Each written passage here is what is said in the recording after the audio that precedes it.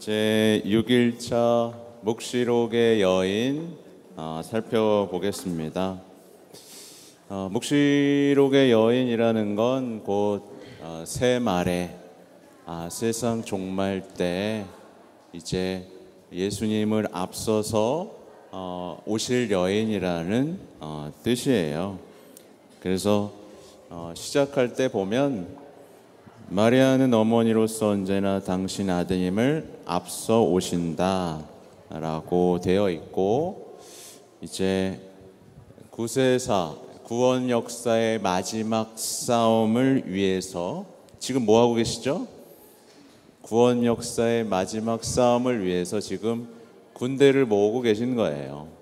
그래서 이 군대가 레지오, 셀 이렇게 지금 새말의 싸움을 위해서 이렇게 혼탁하고 정말 무엇이 진짜 신앙인지 구별하기 어려운 이 시대, 수많은 사람들이 신앙에서 쓰러지고 있는 이 시대에 군대로서 성모님과 함께 악과 싸워 나갈 그 단체를, 성모님의 군대를 양성하고 계신 거죠. 그래서 마지막에 보면 마리아의 능력과 사명은 세상 끝날에 가장 명백하게 드러나게 될 것이다 라고 예언하고 있는 겁니다. 그래서 말하자면 이 몽포르의 루도비코 성인은 예언을 했죠. 예언을 했고 사실상 거의 그대로 이루어지고 있습니다. 수많은 성모님의 군단, 기사 탄생했고, 실제로 여러 가지 운동, 마리아 사제 운동에서부터 성모님의 발현, 모든 것들이 성모님의 역할이 점점 더 뚜렷해지고 있는 상황이라는 거 여러분도 느끼고 계실 거예요. 동시에 오늘날처럼 무신론과 오류가 우리의 신앙을 깊이 파고든 적이 과연 있었을까라는 생각도 들죠, 그죠?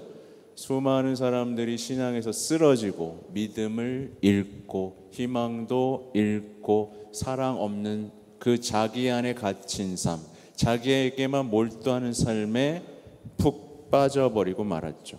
마음은 고장났고 마음은 제대로 작동하지 않고 누군가에 의해서 조종되고 있는데도 불구하고 사람들은 자신이 자유롭다라고 생각하기에 이르렀습니다. 그래서 이제 오늘의 복음은 이제 요한묵시록의 내용이고, 요한묵시록의 내용은 나중에 조금 더 구체적으로 해설할 수 있는 기회가 있을 것이라고 생각이 들고요. 성모님께 대한 참된 신심의 제목은 이제 새말에 드러난 마리아의 섭리적인 역할이라는 제목을 가지고 이제 악과의 투쟁에 대한 얘기들이 계속 나옵니다.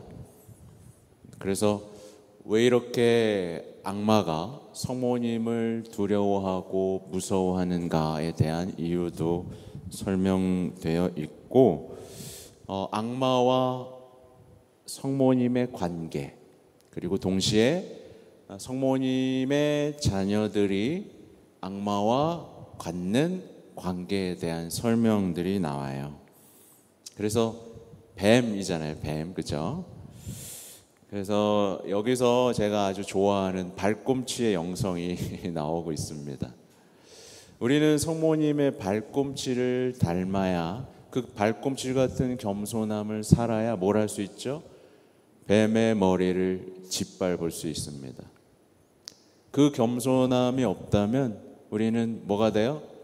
뱀과 친구가 되는 겁니다. 제가 여러 번 반복드렸듯이 뱀과 친구가 되면 어떻게 되죠? 이제 하느님의 말씀이 안 들려요. 오늘날 많은 사람들이 이 상태에 놓여 있습니다. 세상과 친구가 되고 뱀과 친구가 되니까 그렇다며 하느님이 너를 억압하는 거라며, 신앙은 불편한, 신앙은 우리를 가둬두는 거라며, 이런 식으로 생각하게 되는 거죠. 그죠? 그래서 성모님은 여기 187쪽에 이런 게 나와요. 그러니까 말하자면 이제 성모님의 군대가 된 사람들은 악마의 함정이 뭔지를 압니다. 그죠? 악마가 뭔지 알기 때문에, 함정이 뭔지 알기 때문에, 협박이 뭔지 알기 때문에. 사실 많은 신앙인들이 함정에 빠져요. 그죠? 그리고 협박에 당합니다. 너무 열심히 하면 넌 세상에서 재미없다. 협박. 그렇죠? 여러 가지 일본을 읽어볼까요? 그리하여 교만에 본거지인 원수의 머리를 으스러뜨리고 마귀들의 함정을 알아내며 그들의 협박을 예방하고 그들의 악랄한 조언들을 흩뜨러뜨릴 것이고 세상 끝날까지 당신의 충실한 사도들을 원수의 잔혹한 발갈퀴에서 보호하실 것이다. 결국에 수많은 사람들이 함정과 오류와 협박에 당해서 무너지고 있는 겁니다. 가정이 왜 무너지겠어요? 서로 사랑하려고 모였는데. 교회가 왜 무너지겠어요? 공동체가 왜 흩어지겠어요? 그렇죠?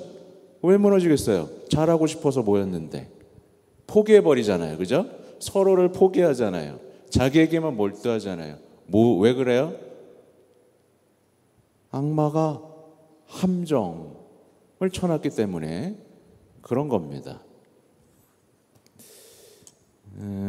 그래서 이제 레지오 마리의 교본에도 이 이게 뱀의 머리가 무엇을 상징하는지가 보이는데, 뱀의 머리는 세상이 좋다고 말하는 것일 가능성이 대단히 많습니다. 예를 들면 자만, 이기심, 자만심, 자부심, 자기만족, 출세욕. 근데 사람들은 성당에 나오면서 어떻게 한다? 뱀의 머리를 밟아야 되는데 뱀을 이렇게 안고 옵니다. 뱀 왔어 이렇게. 뱀하고 친구가 돼서 난 내 자아를 사랑하지. 난 모욕을 못 견디지. 이러면서 제가 그래서 영성심리의 무서움을 말씀드렸잖아요. 자아를 밟고 십자가를 져야 하는 바로 그 순간에 안 해도 괜찮다라는 마음을 갖게 하는 건 뭐예요? 함정인 거죠. 그래서 하느님의 말씀이 아닌 인간의 지식으로 만들어낸 모든 위로들은 결국 우리가 하나님께로 나아가는데 걸림돌이 될 겁니다. 세상 사람들이 신앙 안에서 환호하는 많은 것들이 사실은 걸림돌이 될 겁니다. 늘 그래왔고 늘 해왔고 이렇게 하는 게 좋은 거라고 생각했던 많은 것들이 사실은 수많은 신앙인들이 신앙을 성장하지 못하게 발목을 잡고 있었던 것처럼 그런 거죠.